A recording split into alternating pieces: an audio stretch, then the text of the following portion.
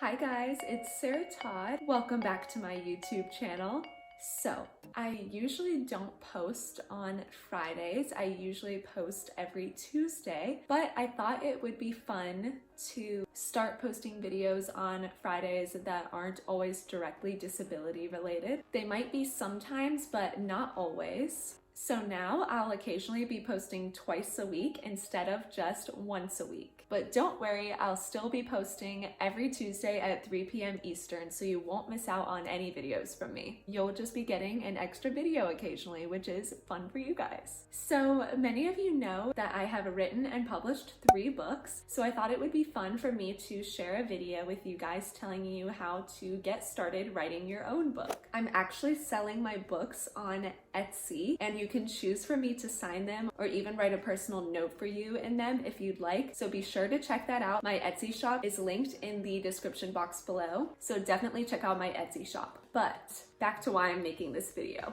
I started writing my first book when I was 10 years old, and it was published when I was 11. All of my books are about my journey with my disability, and I donate a portion of the proceeds from my books to charity, which is a lovely way for me to get to give back to some charities that have helped me along my journey. I really enjoy being an author, and people often ask me how I was able to write books at such a young age. So I'm going to share all the details with you guys. We're going to start with the basics.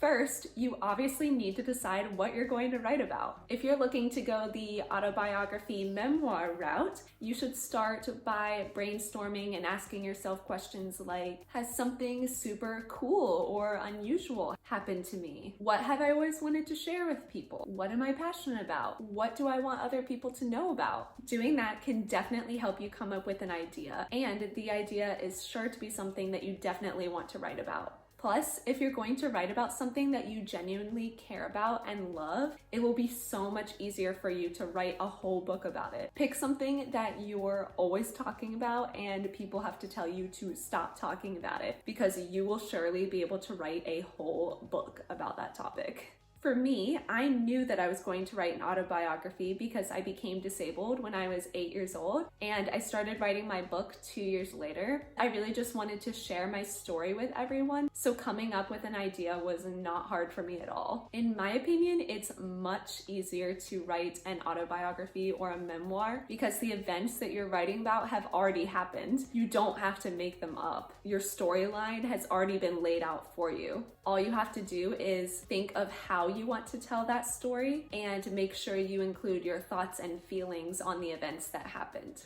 If you're looking to go the fiction route, you should ask yourself questions like, what do I wish our world could be like? What do I wish would have happened in the past? What do I want the future to look like?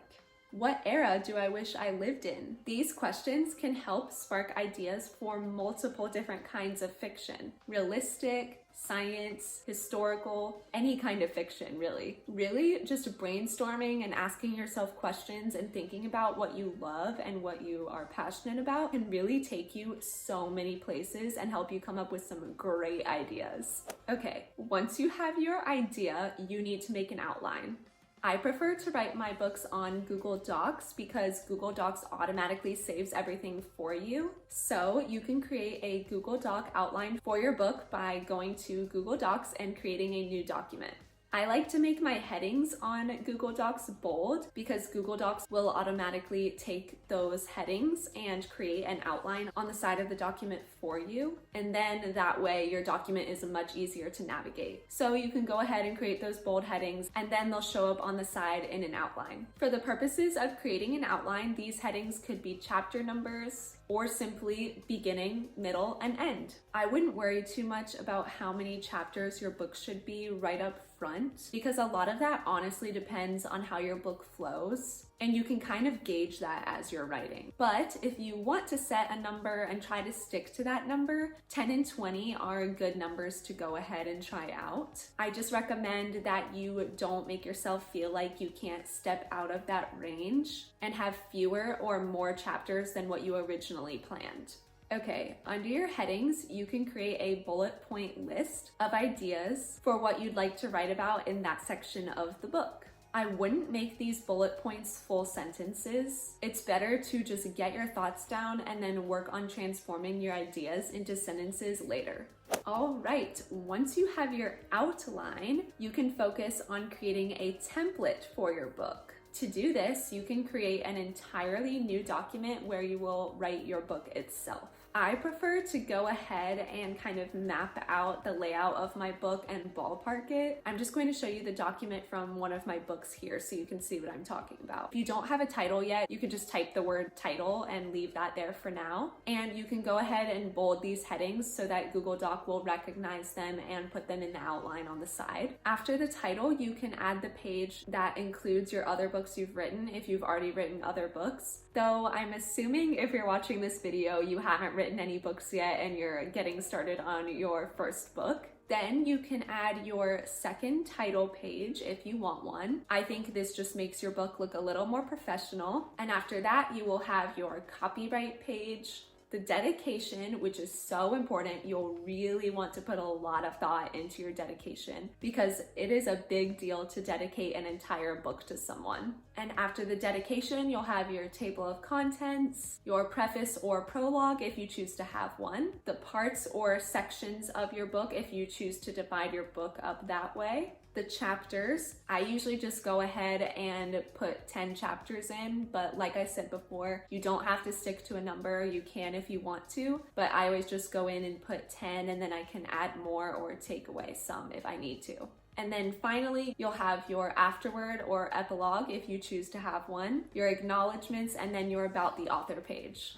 To me, having this all laid out in this template right in front of you just makes the whole process seem a lot less overwhelming, and it makes it feel more like you're just filling in the blanks and checking things off as you go. So that's why I prefer to have a template like this and get started on my books this way. Writing a book is a serious project. Like, it's a long, drawn out process, and it takes a lot of effort and drive to do it. So it's much better to just have the steps in the process laid out for you in a simple fashion to make the process flow more smoothly and not seem so overwhelming. Okay, now you can tackle the next step in a few different ways. I prefer to go ahead and fill in the nitpicky things because it at least helps me to feel like I'm making some progress towards writing my book. So that's what I recommend you guys do, just because it makes the whole process a little easier. You could literally go ahead and write your about the author feature before you've even written a sentence in your book. I know it seems a little backwards, but it's something really easy that you can just get done and check off your list. And it might even motivate you to get writing, because having your own about the author page will make everything feel all too real in your mind, and it could get you extra excited to get writing so that you actually are the author that you dreamed of becoming.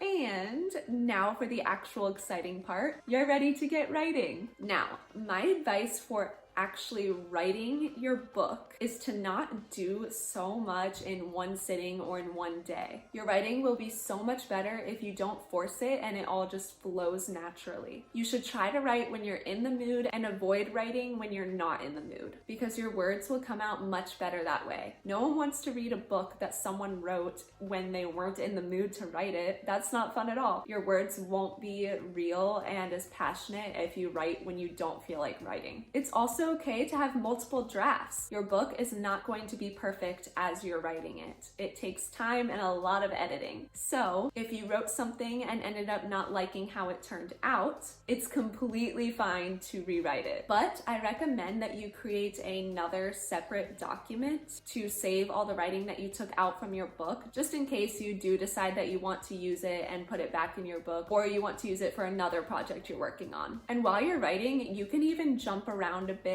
and write different parts out of order. You could literally write the end of your book before you write the beginning. It does not matter. There really aren't any rules when it comes to figuring out how to tackle writing your book. This is how I like to do it, and you might like to do it a different way, and that's perfectly fine. You should just do whatever works best for you and write in the order that makes sense for your writing style and for your book.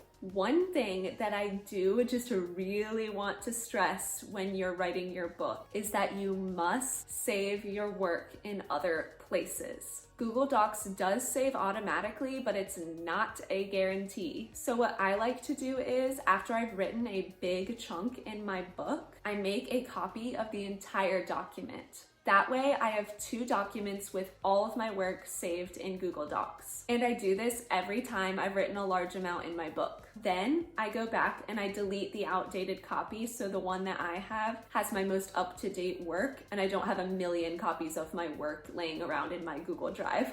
I also like to download a Microsoft Word document version of my book, and I'll save it to my computer after I've written a lot in my book. And I do the same with this document as I do with my Google Doc copies. I delete the outdated ones once I've written more and re-download an updated version of my book as a Microsoft Word document. You could even download the Microsoft Word document to another computer just to have some extra security. You should also share all of your documents having to do with your book to another Google account that you have, just so you can access them from your other Google account should anything happen to your main one. Hopefully none of that will be necessary, but it's better to be prepared just in case. Google Docs is pretty secure, but it's always a good idea to play it safe and have backups of your work in multiple different places, especially for a project as big as writing an entire book. It would be horrible if you lost all of that work, and I don't want that to happen to any of you guys, so make sure that you are very diligent and cautious about saving your work. And yeah, now you're ready to pour your heart and soul into your book. Doing all these things I mentioned definitely helped me when I was writing my own books, so I really hope that this helps you as well. Now you've just got to push through the writer's block. Let me know if you want some advice on how to avoid that. Writing books is such a fun project, but it can be really time consuming and stressful too. But I promise you, it's so rewarding in the end. To be able to hold your very own book in your hand and see your name and picture on it is an incredible feeling. And it's honestly one of the best things as a writer. So I encourage you all to keep going and don't give up, even though you're going to encounter some struggles while writing your book, because that's unfortunately inevitable. I promise you, all the hard work that you put into your book will definitely be worth it in the end. You'll be so proud of yourself, and so will your family and your friends, and it will be so fun and cool to say that you're a published author. And there's so many fun things that come with being an author, like doing book signings and maybe even some speaking events. So you have a lot to look forward to once you've written your book, and I know you'll really enjoy it. So it's definitely worth all the work, the struggle, and the stress